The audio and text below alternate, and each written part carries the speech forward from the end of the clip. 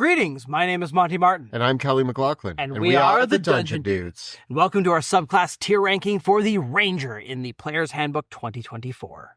Today we're going to be discussing the 4 Ranger subclasses available in the 2024 Player's Handbook, and we are going to be looking at all of their features and comparing them to each other to see who comes out as the better options. There's a lot to discuss today, so let's get rolling.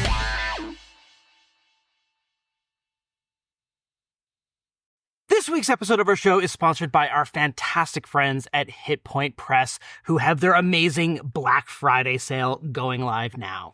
Stock up on your favorite tabletop gifts and goodies with huge savings on Hit Point Press favorites like their adorable Humblewood campaign setting. Featuring the crazy fighter subclass, the Scofflaw, which we reviewed on this channel. It's an amazing, great deal of fun.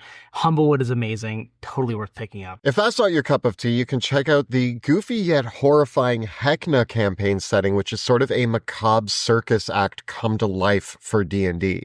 Hit Point Press are also the creators of the incredible animated spells reference cards for 5th edition and the Deck of Many, which are perfect handouts and reference cards for your game. They have so many more other things for trading card storage, booster boxes, and more with their thingamajigs too, if you are into TCGs. On top of that, US customers have free shipping on orders over $100. So you want to get in on these Black Friday deals while they last. You can grab the deals today at hitpointpress.com, or you can check the links in our description. And now, let's get on with the episode. So, as we get into tier ranking the Ranger subclasses, let's consider the criteria that we use when we do so. For us, we look at the subclasses in comparison to other subclasses available to the Ranger class. Our tier rankings are not cross-class in terms of how the tiers work out. So, an A-tier subclass for the Ranger might be its level of power, but on a different power scale compared to another class. Generally speaking, we try to consider combat, exploration, and social interaction in all of our rankings. Although for the most part, the Ranger subclass features are pretty combat oriented with just a couple dollops of exploration and social interaction features here and there. I think exploration is a strong second for them, but it's worth noting that most subclasses steer towards combat in general. And generally, multiclassing is not a key criteria for us, although we may consider it in some cases. When we look at the subclasses, for us in our 2024 rankings, we're reserving the S tier for cases where we feel the subclass opens up a character build that is dominant in its playstyle, something that is going to feel like it's warping the encounter balance and the party balance at the table because it is so strong. It stands head and shoulders over the other options and combines with everything else available to the class in such a powerful and profound way. It's hard not to want to play them. With A tier, this is where we like to see most subclasses fall. A tier is building on the benefits of the core class in meaningful ways. It excels in all of the pillars of play that it is geared towards. And it's just a really good subclass to choose. There's no downsides to it, and no matter what way you shake it, it's going to work at the table. A-tier subclasses work really, really well with all the spells, feats, and other build options available to those characters. And while they produce results that are very, very strong, they don't come to the level of being so dominant and oppressive that they hit the S tier. I think that when we look at the B tier, this is also an excellent place for a subclass to land. A B tier means that under the right circumstances, this will excel. It's going to be a subclass who has a lot of options available for it that do push it in meaningful directions, but it might be limited in some categories. And depending on the type of environments, the type of campaigns, the type of DM you have, those could also put pretty big limiters on a B-ranked subclass. But for the most part, they're going to be all right, and they're going to work in most cases. They usually just don't have as much synergy or outright power as A and S tier subclasses, especially when you start combining them with other feats and features. C tier is where things start to get really niche. This is where the certain features don't come up very often. you might go an entire encounter or an entire adventure without using some of those features at all, or the features just don't work that well or effectively. They're not bad necessarily. They're not taking anything away from your character. It's just that a C tier subclass, generally, it might as well not be there. Or you have to sacrifice something in order to pull it off. Or, we hear arguments all the time that, well, in my campaign, when X, Y, and Z happened, this subclass did well. And usually those are the exact circumstances where your feature was handy, but there are a million other circumstances where it won't be. And D tier is the opposite of the S tier in the respect that this is where we're reserving this for where there's a fundamental issue with the subclass that just does not function. So something about the subclass just will never come up or will never happen unless it's such a specific set of circumstances, or you have to make a massive sacrifice or trade-off in order for the subclass to work. It's even worse than not having a subclass. It's like giving up something to not even get anything in return. So far, have not given it too many D tiers, though. Things have been pretty good in 2024. So let's dive into things with the Beastmaster. I think the Beastmaster is an amazing Ranger subclass because you get an animal companion. And that's what we all love. At least for me, that's what I love in a Ranger subclass. I want a little friend with me. So the little friend is either a friend of the land, a friend of the sea, or a friend of the sky. You're probably only going to use the sea friend when you are in a nautical campaign. So it's wonderful that you have the land and sky options.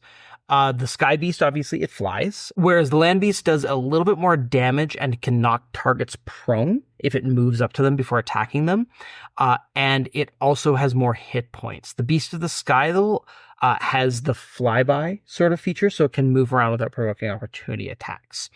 All the beasts add your wisdom modifier to their AC, and their attacks and damage are based on your wisdom. They also get to add their proficiency bonus to ability checks and saving throws. So they do scale up in that respect. The beast gets to act on your turn, but you do have to spend a bonus action to command it to take an action on its stat block.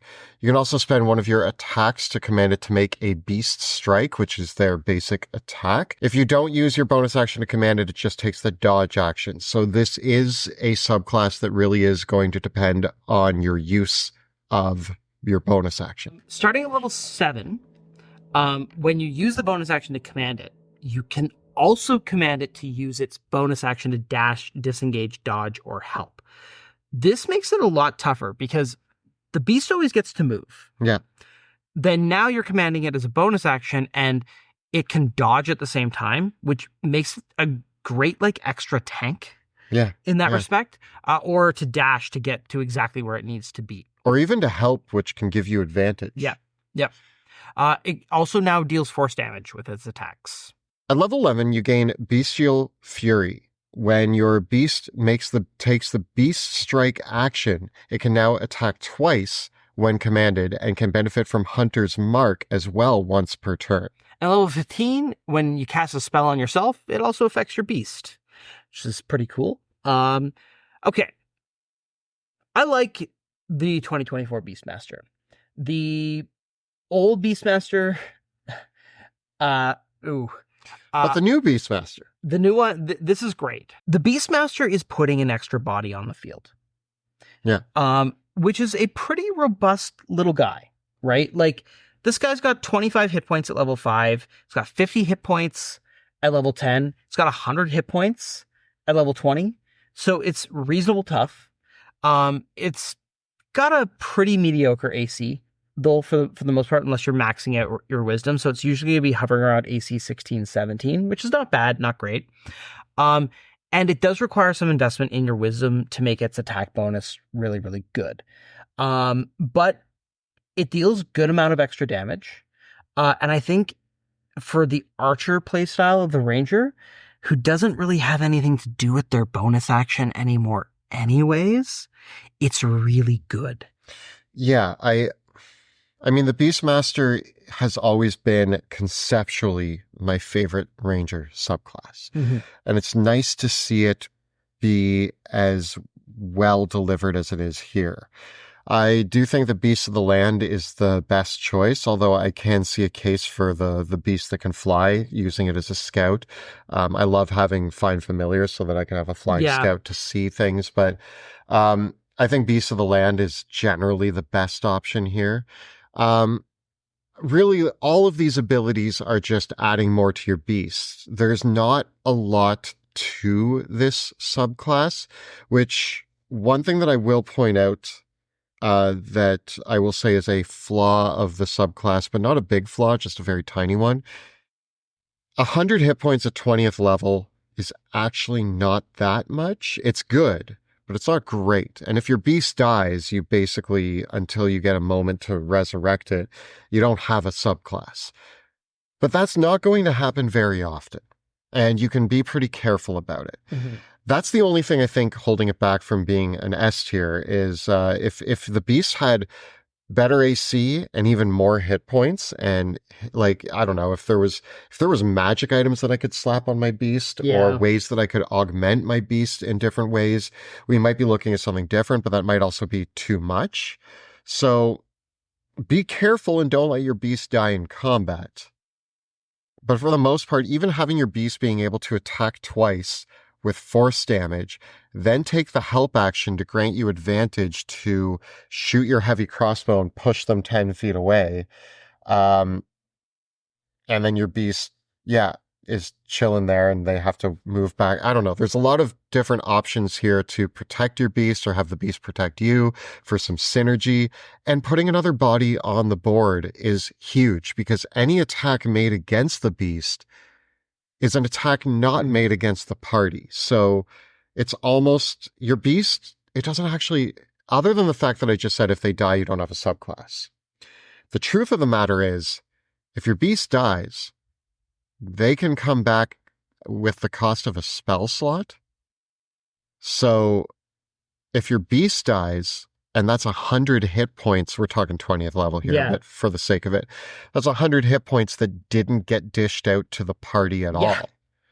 So even if that happens and oh no, you lost your subclass, you diverged 100 points of damage away from the people who can actually die. And to be fair, the beast is basically proficient in all saving throws, right? So it's the worst case scenario for your beast is when it gets murked by AoEs. Yeah. The thing that I want to point out that's really good with the land beast too, especially if you're going with the crossbow push mastery build, right, is even if you're not pushing the target into spike growth, which is usually what you want to do, the push mastery, if the beast is right up beside the target, you can use your crossbow to push the target away from your beast, and then the beast charges 20 feet towards it, gets the extra damage, and knocks it prone.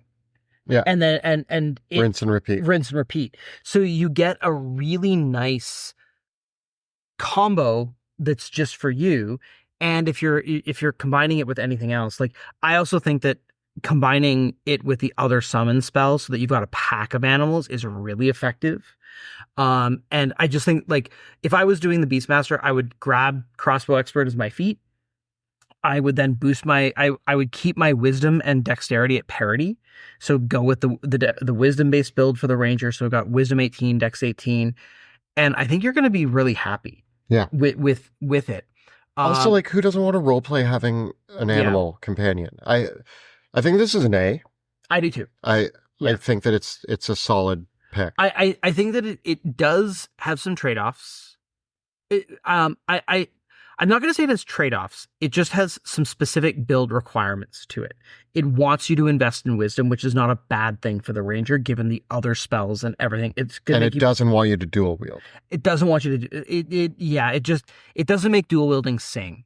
So it does drive you more towards that. There's also like the weird Shillelagh build as well, which is viable, but I think it's not as good as the Archer build for it. And you can also do the flying beast with spike growth, which is super cool too. Yeah. And so I think it's an A. I think it gives the Ranger everything they want to do, and even when the beast gets killed, it served a purpose. Next up, we come to the Fey Wanderer. This is a ranger that dabbles in Fey magic, and at 3rd level, they're going to gain Dreadful Strikes, which allows them to, once per turn, their attack can deal an extra 1d4 psychic damage, and at 11th level, that increases to 1d6. Okay, so it's just always a little bit of extra damage. Yeah. Sure, I'll take it. We get Fey Wanderer spells, which are spells we always have prepared, which are Charm Person, Misty Step, Summon Fade, Dimension Door, and Mislead, all of which are great spells. Misty Step, Dimension Door are 2 of my favorite spells in the game. Summon Fey is probably one of the best summoning spells in the game as well. Mislead is fun, and Charm Person will be usable because you've got Otherworldly Glamour, adding your Wisdom modifier to Charisma checks, and you gain Perception, Performance, or Persuasion. Skill proficiency. A cool possibility that if you actually have a positive charisma modifier, they would stack. Yeah, so, I mean, we don't expect a ranger to have more than a +1 or +2 in charisma, but then if you have Or a a minus. plus... Yeah. Or a -1, but this, for the Fey Wanderer, you probably want to get the +1 in charisma, and then if you have like a +4 to wisdom, then you're sitting at a +5. Yeah, you're basically 20. Yeah. Also, I mean, at level 7, you're going to get Beguiling Twist, so you have advantage on saves versus Charmed and Frightened.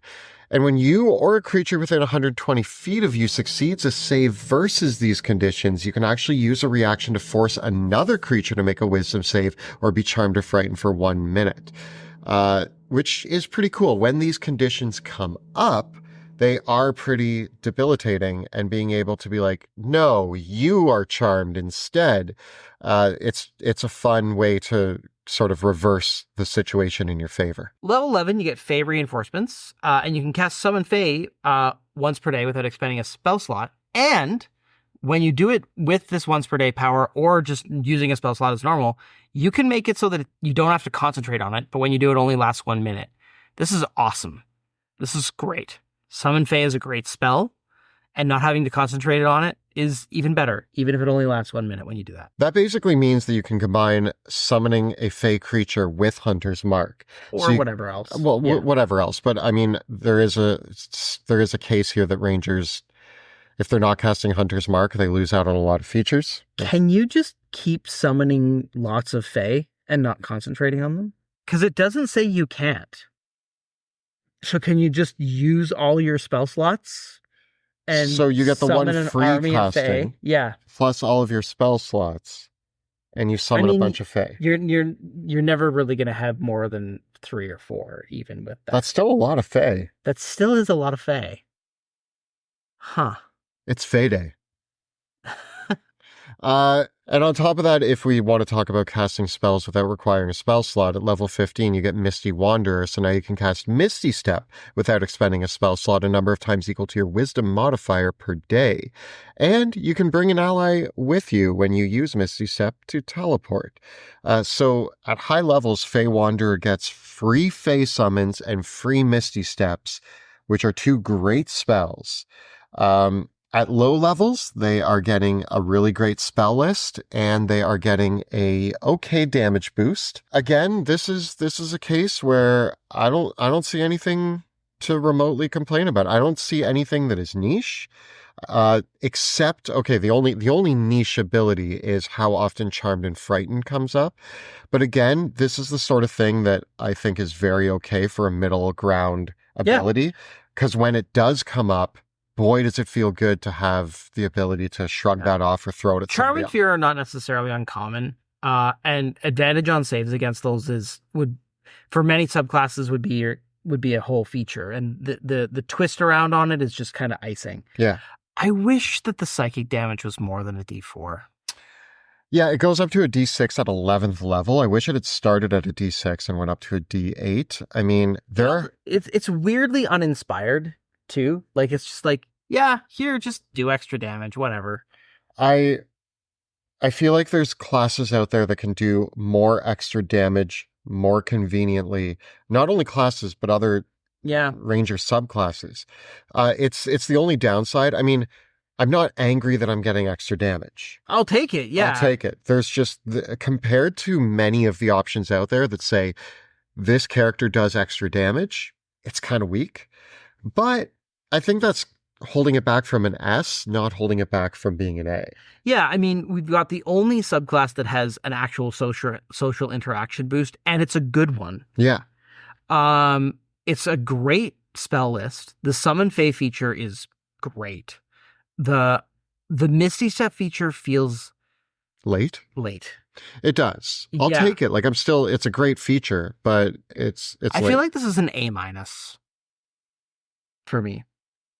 I'm still giving it just an A. I think. Yeah.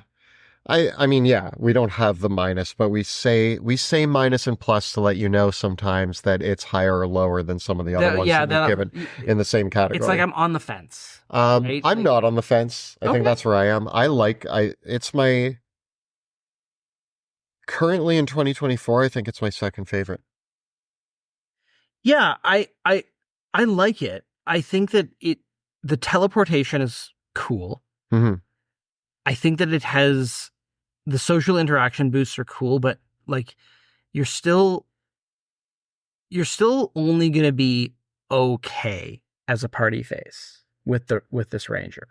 Like, one of the things that you can do is you can take enhance ability as one of your spells, so you can power through charisma. Like, you've got the possibility here that depending on how you build this character, and like the rangers can take expertise in a bunch of different skills and things like that. So like you could build this character to be a party face depending on your background, your skill proficiencies, and I'm sure if we wanted to figure out like the craziest bonus that you could possibly have to a persuasion check would probably involve some sort of multi-classing with a charisma-based class with the Fey Wanderer, because it's interesting that the Fey Wanderer, your wisdom and charisma modifiers would stack on your charisma checks. Now, one thing to keep in mind is that it isn't generally the case that a character exists in a vacuum by themselves. So even if the ranger is not the party face, you know as well as I that like I often play party face characters,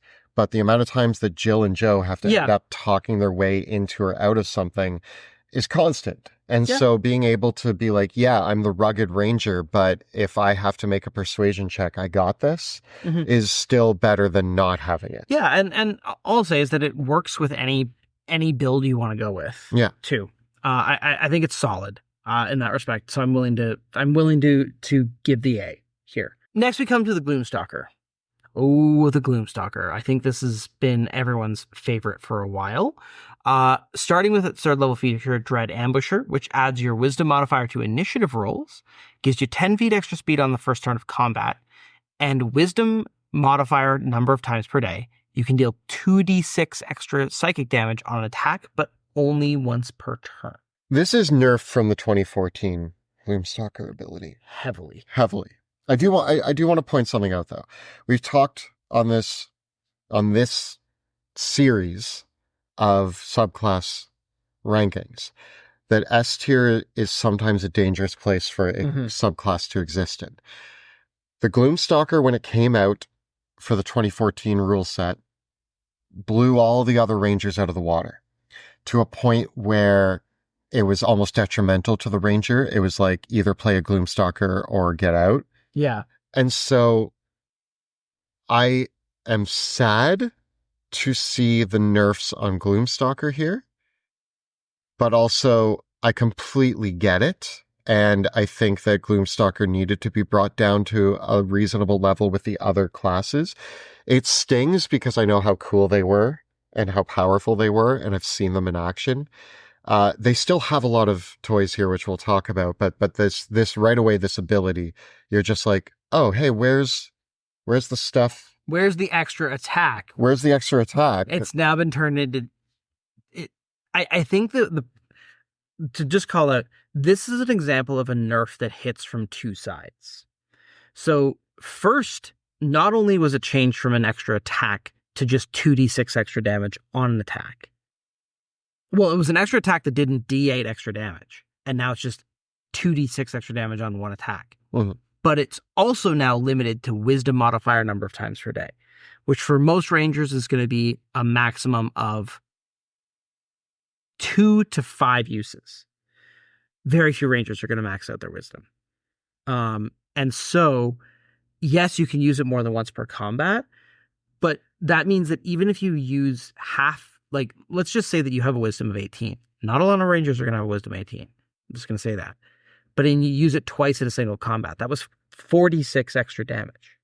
Well, the Fey Wanderer, if the combat lasted 4 rounds, they did 44 extra damage for nothing. Like, they didn't have to pay anything for that. And the hunter probably came out ahead of you. We'll talk about that.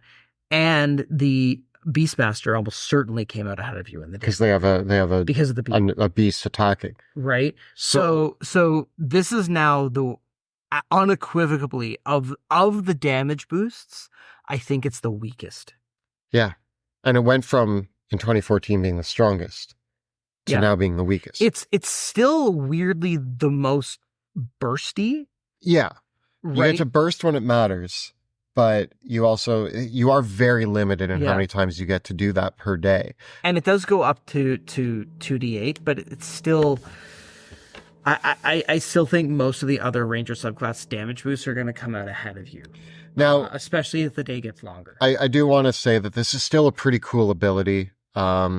I still think that, there's nothing bad happening here. We're just comparing it to the 2014, which feels bad, but on its own, in a vacuum, not looking at old rules, just looking at 2024, it's a decent feature.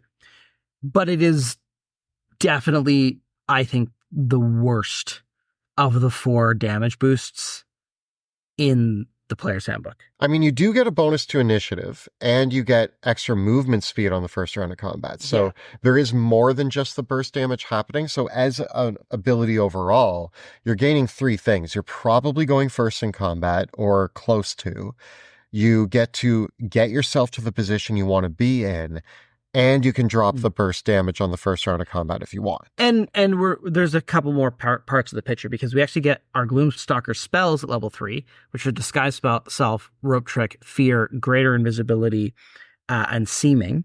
Again, all good spells. Fear, probably, again, the hardest one to use because it's a saving throw. Yeah. But all great spells.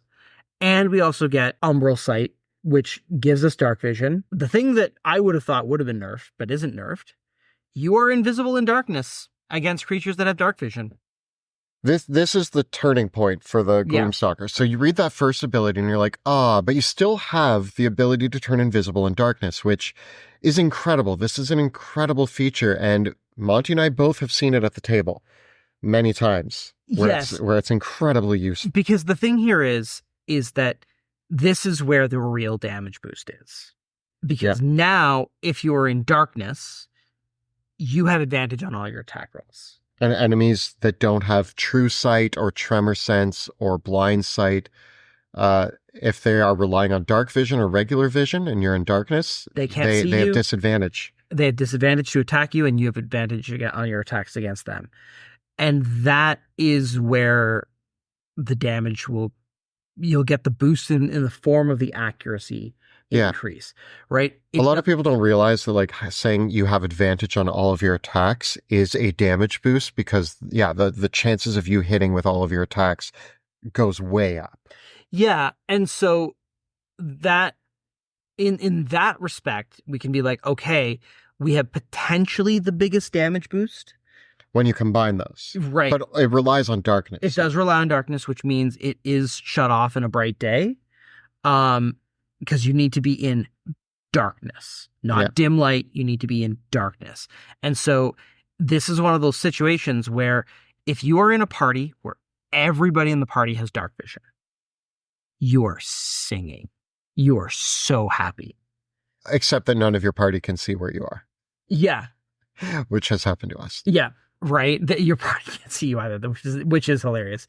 Right. But fortunately, you are now the darkness. Yeah. Right. But if you're, this is actually an interesting argument for the Gloom Stalker is, okay, so we talked about how the first feature, Dread Ambusher, is one of the weakest damage outputs.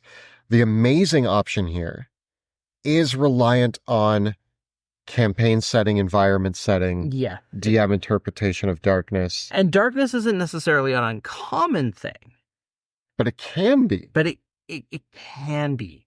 If you're playing in an Underdark campaign, like Boom, good. Yeah. If you can play in a campaign where like you know that you have the option of saying we go in at night all the time, you're great. If your DM is more like you are on this mission, it is daytime, bright light, middle of the day. Yeah, you're here facing you the go. Dothraki horde in an open field. Yeah. You're sad. You're a sad little Gloom Stalker. So there is that. Maybe to bring take an into umbrella. account. Yeah, does that count? No, I am the darkness. No, because that's going to be dim light. Yeah. Yeah. So yeah, it's a lot of people didn't like my interpretation of dim light and darkness with my shadow monk. Yeah, exactly. And I think people are gonna talk to me again here. I love the Gloom Stalker, but yeah, we should talk about the limitations of relying on darkness. Well, in this case, it's even more strict than the shadow monk, because at least the shadow monk it's dim light and darkness that you can teleport around in. With the Gloom Stalker, you got to be in flat out darkness. Level 7, we get proficiency in wisdom saving throws with Iron Mind, or intelligence or charisma if you already have it. Sure. And at level 11, we gain Stalker's Flurry. Your Dreadful Strike now increases to 2d8. And when you use Dreadful Strike, you can either attack a second target within 5 feet of the first target, or frighten the target and all targets that are within 10 feet of them if they fail a wisdom saving throw. Pretty cool.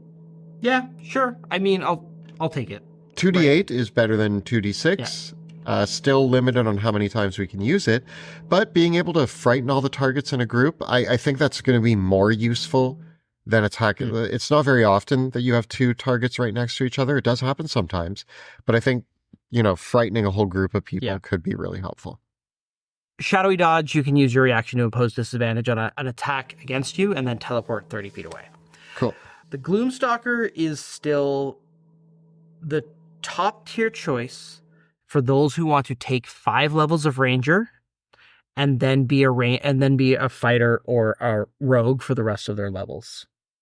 Because the level 11 and level 15 features, I just like you're the Gloom Stalker now is all about the invisibility and darkness. Yeah. And so I think that the Gloom Stalker stays in the A tier on the backs of two things. The 2024 Ranger has not done much to assess what I think is the core problem with the Ranger classes in general, which is, why am I taking this class beyond level 5 or 6?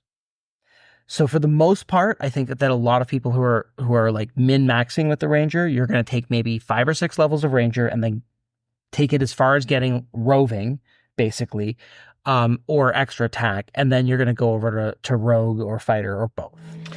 And the Beastmaster, though, the Beastmaster actually incentivizes you to go all the way with the Ranger because it actually scales up, right? Here, I have a question about the Gloom Stalker. Sure. And us giving it an A. Okay. Let's do a direct comparison here. And this is interesting because when we started filming this episode, I was like, oh yeah, Gloom Stalker is one of the best. But it's interesting that talking it through while the camera's rolling, I'm like, wait a second. And so here's something that I'm noticing. The Beastmaster, all of your features are useful all the time. As long as your beast isn't dead. As long as your beast isn't dead. You can bring back to life with a spell slot. Yeah. The Fey Wanderer, most of your features are useful all the time. I think it has a better spell list. Your bonus damage isn't reliant on anything. You're really, other than the charm and fear effects, which obviously depend on charm and fear effects, everything else is useful all the time. The Gloom Stalker, we already stated its first ability is a weaker option than some of the others.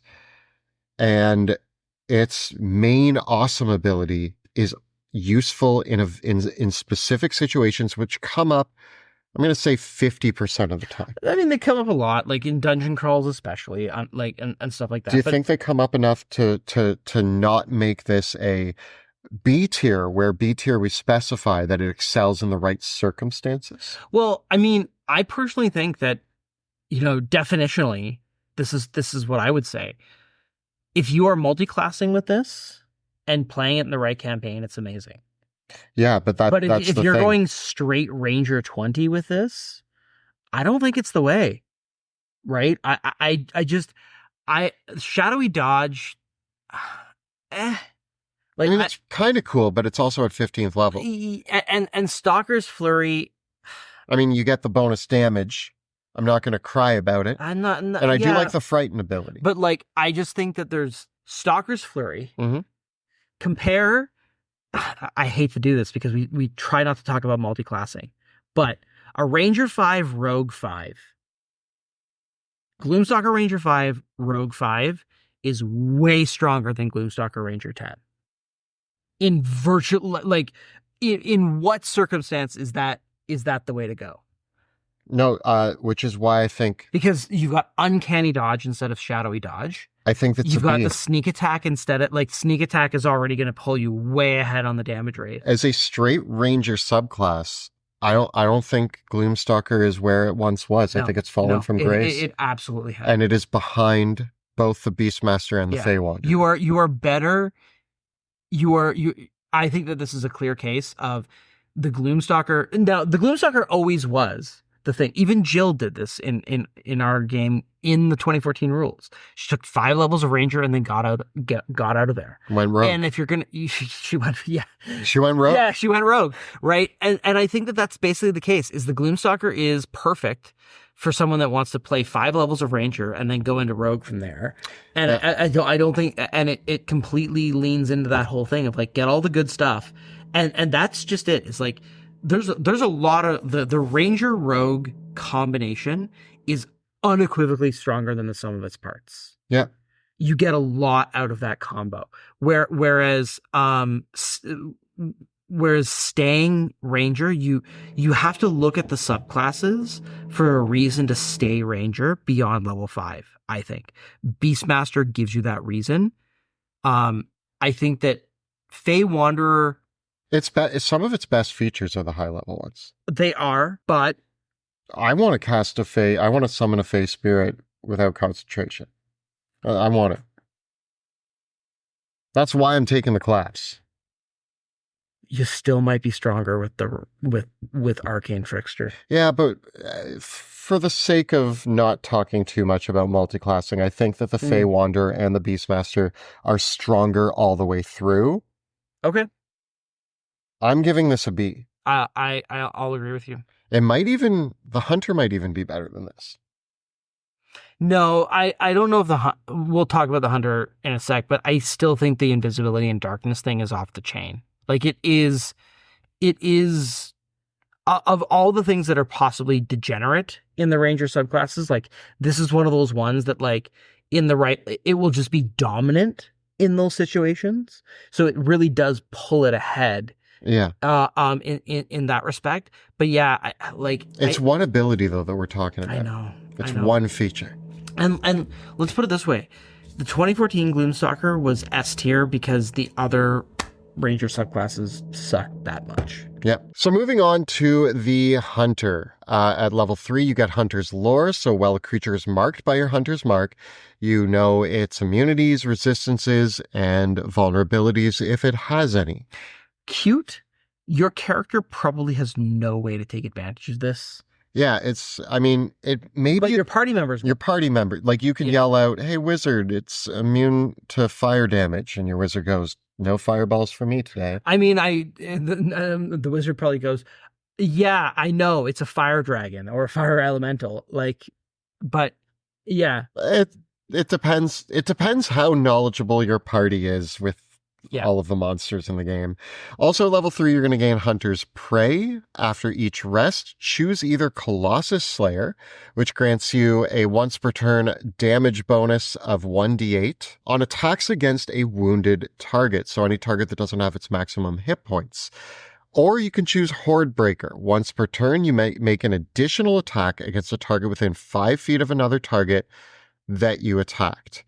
I think the Colossus Slayer is easily the better option here. You can change these every time that you finish a long rest, but that also means you need to know that you're going up against like 100 goblins in order to make Horde Breaker more useful. And generally, single target damage is king.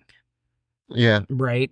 Level 7 gives you defensive tactics. Again, this is a choice between escape the horde. Opportunity attacks have disadvantage against you.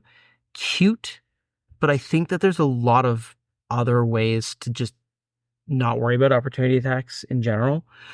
Or multi-attack defense. After a creature hits you, it has disadvantage on subsequent attacks against you, which I feel is a thing that like kind of saves you in a situation that already sucks. I mean, any creature that has multi-attack, that's going to be beneficial. So again, you choose Colossus Slayer and you choose multi-attack defense, and then I would rarely change them. I just think that with the defensive tactics here, the issue is that both of these things are kind of helping you out in situations that you don't want to be in the first place. So like as a ranger, you generally don't want to be in the situation where you're taking a bunch of attacks. I mean, fair, but you end up in them. You do. Superior Hunter's Prey. When you deal the damage with Hunter's Mark, this is level 11, you deal the spell's damage to another creature within 30 feet. So 1d6. Yeah. So the creature that you've targeted still takes that damage, but then you also get to choose another target. So if you're dual wielding and you hit it with everything, it's just another creature just gets zapped for 4d6. Which is pretty cool. I actually do think that this is a feature. I mean, 46 extra damage on another target for doing nothing is kind of nice. I like it. I think this is one of my favorite hunter options. Superior Hunter's Defense. When you take damage, you can spend a reaction to gain resistance to that damage. That's nice. I like that. And then also you gain resistance to that damage type until the end of the current turn. So again, if you are being multi-attacked, you can be like, I have resistance to all of your attacks because you're hitting me with the same sword multiple times or something. So I gotta say this. The Hunter still feels like all of these subclass features should have just been part of the core Ranger class. The Hunter is to the Ranger what the Way of the Open Hand is to the Monk, what the Champion is to the Fighter. Yeah. They are the... I want to play a Ranger. What subclass? I don't know. I just want to play a Ranger. Okay, you're a Hunter. The unfortunate thing here is that the Hunter still suffers from the same thing that it's always suffered from. And that is that it gives you choices, and not all of them are great. So you could build this poorly. I mean, the thing is, you get to change them every long rest, so you're never locked in. No, you're never locked in. But you could have made the wrong choice, and basically the wrong choice is not taking Colossus Slayer. I think it's like take Colossus Slayer. It's a coin flip between the defensive ones, right? I think probably the multi-attack defense or opportunity attacks. I feel like I would go for the opportunity attacks one because that's fair. I said the other one, but again, I just don't think that the high level features of this subclass justify going past 5 levels of Ranger. Colossus Slayer is probably, of all the damage boosts, that extra D8 on a damage target is the one that's going to just happen the most. You simply attack the target that your allies are also attacking, which is kind of a tactic that everybody should be using at the table anyway. So my goal with the Hunter is to go second in combat behind like the Fighter or anybody else who runs up and starts attacking, and then I snipe them and do D8 extra damage. But you don't even have to do that, because as soon as you have extra attack, your first attack opens up the second. If you have Vex and Nick, you're giving yourself advantage and an extra D8 damage on all of your subsequent attacks. So it's really good for a dual, like this is really good for a dual wielder who doesn't want to worry about managing a beast, who doesn't want to worry about being the party face, and who for some reason wants to not be a Gloom Stalker. For that reason, I do think that it is a B. It's not a C. Yeah. And the reason why it's B is because B for build, if you build this as the dual wielding Ranger, you're actually outputting probably the best additional damage out of any Ranger. It probably actually is, because if you drop Hunter's Mark as well and then start going in with a D8 and a D6 on all of your 4 attacks in subsequent turns, that's going to add up. Because the thing here is that the Gloom Stalker wants to be in darkness, and you might not necessarily be in a situation where the darkness is where your enemies are. Yeah. Right? So I think the Gloom Stalker and the Gloom Stalker and the Beastmaster both gravitate towards archers, whereas the Hunter just does really well with the dual wielder build here, and it gets a decent extra damage boost that kind of lets it keep pace with a lot of things. I I don't feel that it is exciting or strong enough to be A. No, and I actually do feel like, again, if you're not playing the dual wielding scimitar and short sword sort of build, or if you chose the other options and then aren't fighting hordes ever, again, you can switch them. But still, like if you go an adventuring day and none of your features are useful, that sucks. So there are ways here that the hunter actually falls short in a lot of categories and could even feel like a C tier subclass. But then there's moments where it's going to feel like an A tier subclass. And because of that, I think it belongs in B, because there's times that it just isn't great, and there's times that it is. Yeah, I would kind of go and say with the hunter, it's never bad. No, it's never bad. It's just never great. You might have some missed opportunities. Like if I take Hordebreaker and then fight a dragon, and I'm like, I'm just never going to take Hordebreaker. No, I just would never take it. But somebody out there might. Yeah, and then they'll feel regretful when no monster stood 5 feet. I mean, it's only really useful, I think. Again, I know that these situations happen, but they're not the situation you want to be in. So, Hordebreaker, you do have your dual wielding, and you get surrounded by goblins. Okay, now Hordebreaker is going to be helpful for being like, bam, bam, bam. Extra, like now you're doing 5 attacks because you got an extra attack. Sure. Yes. Or is it an extra attack with every attack? No, it's just one extra attack. Just one. Okay, so that would be sweet. That would be wild. then you could be. That would feel more like a Hordebreaker if I could make 10 attacks against the goblins surrounding me. No. So where we land with this? Up on the screen. Final rankings. Beastmaster is an A. Fey Wanderer is an A. Gloom Stalker and Hunter is Bs. Yeah. Are we comfortable with that? I think we're comfortable with that. I know you feel bad about the Gloom Stalker, don't you? I just feel I can't give it an A based on one ability for the whole class. And multi-classing is not our main thing that we're talking about. Yeah, and I want to give the asterisk that yes, the multi-class Gloom Stalker definitely jumps up a tier and a half for me. Right? And I think that part of the reason why I give the Beastmaster an A, a solid A, is because the Beastmaster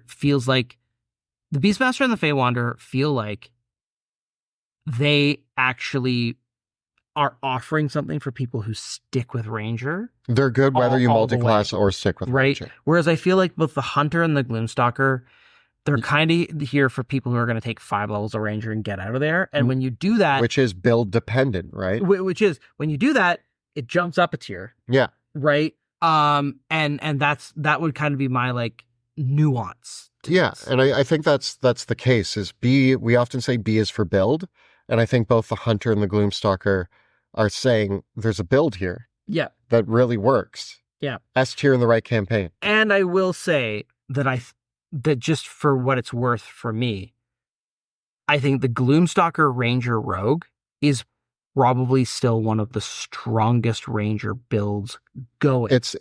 Ranger Rogue, again, we might revisit a multi-classing tier ranking. Yeah. And when we do, Ranger Rogue Gloom Stalker is an S tier option. Yeah, I just want to say that to put that caveat out there that like that build I think is still really strong. Yeah.